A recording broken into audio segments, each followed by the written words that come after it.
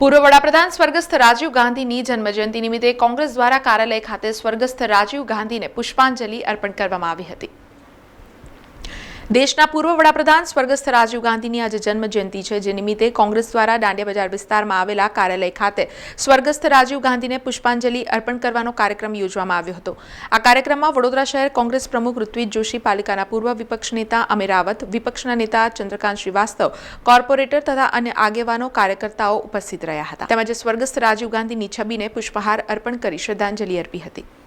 દેશના પૂર્વ વડાપ્રધાન સ્વર્ગીય રાજીવજી ગાંધીની આજે જન્મતિથિ અને આજે દેશ દુનિયામાં રાજીવજી ગાંધીને યાદ કરવામાં આવે, એમના દ્વારા જે કામો કરવામાં આવ્યા હતા એમના એ લાભ આજે પણ આ દેશની પ્રજા લઈ રહી છે। એમાં પણ ખાસ કરીને વાત કરીએ તો યુવાનો હોય, મહિલાઓ હોય, દેશના ખેડૂતો હોય, આ તમામ માટે રાજીવજી ગાંધી ટૂંકા સમય માટે વડાપ્રધાન રહ્યા, ત્યારબાદ એમને જે શહાદત વરી ત્યારે ટૂંકા સમયમાં રહ્યા પછી પણ આજે દેશમાં જે આપણે ઇન્ટરનેટની ક્રાંતિ, જે ઘરે ઘરે કોમ્પ્યુટર, ઇન્ટરનેટ જે વાપરીએ છીએ, આ સોશિયલ મીડિયાની ક્રાંતિ જે લાવ્યું એ રાજીવજી ગાંધીની દૂરંદેશી હતી।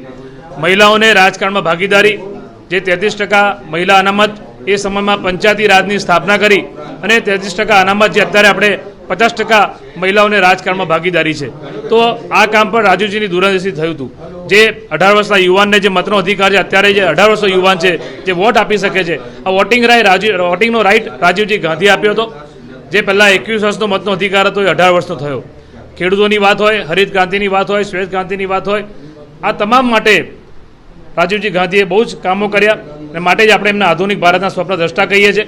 આજે એમની દૂરંદેશીને સલામ કરીએ છીએ અને આજે એમની જન્મતિથિ નિમિત્તે એમને સત નમન કરીએ છીએ। વડોદરા શહેર કોંગ્રેસ કાર્યાલય ખાતે આજે રાજીવજી ગાંધીની જન્મતિથિ નિમિત્તે અહીંયા પુષ્પાંજલિનો કાર્યક્રમ રાખવામાં આવ્યો હતો। રાજીવ ગાંધીજીના જન્મદિવસ નિમિત્તે આજે કોંગ્રેસ કાર્યાલય ખાતે પુષ્પાંજલિનો કાર્યક્રમ અર્પણ રાજીવજીનો શોર્ટ ટેન્યોર 5 વર્ષમાં પણ એમને જે ભારત દેશમાં રિફોર્મ્સ કર્યા, એ રિફોર્મ્સના લીધે કદાચ આજે ભારત દેશ ડિજિટલ ક્રાંતિની જે વાતો કરી રહ્યા છે કે મોડર્નાઇઝેશનનું આખું જે વાત કરીએ તો ટેકનોલોજી માટે ઇમ્પોર્ટ્સને તમામ જગ્યાએ ખુલ્લું રાખ્યું, જે રીતના ડિજિટલ ક્રાંતિ રાજીવજી લઈને આવ્યા, દેશ હંમેશા એમના આભારી રહેશે। રાજીવજી એકચ્યુઅલ રિફોર્મિસ્ટ હતા અને ડેમોક્રેસીને ગામડાઓ સુધી લઈ જવા, લોકલ સેલ્ફ ગવર્મેન્ટને સ્ટ્રેન્થન કરવા માટે 73rd 74th constitutional amendment act લઈને આવ્યા, જેનાથી સાચી લોકશાહી લોકો સુધી પહોંચી શકી, ગામડા સુધી પોતાના ડિસિઝન્સ પોતે લેતો લોકો થયા। વિમેન એમ્પાવરમેન્ટની વાત કરીએ તો 33% મહિલા આરક્ષણ એમના ટેન્યોરમાં આવ્યું। તો ટ્રુ રિફોર્મિસ્ટ જોઈએ, યંગસ્ટર્સને વોટિંગના રાઇટ, 18 વર્ષની ઉંમરે વોટિંગના રાઇટ, આ તમામ વસ્તુની ભાગીદારીનો સાચો ડેમોક્રેસીનો અર્થ લોકોને સમજાવ્યો રાજીવજી। આજે એમની જન્મદિવસને સચોટ નમન। સમાચારોના સતત અપડેટ માટે TNN ન્યૂઝને YouTube પર સબસ્ક્રાઇબ કરી બેલ આઇકોન પ્રેસ કરો અને અમારી સાથે જોડાયેલા રહો Facebook, Instagram અને Twitter ઉપર।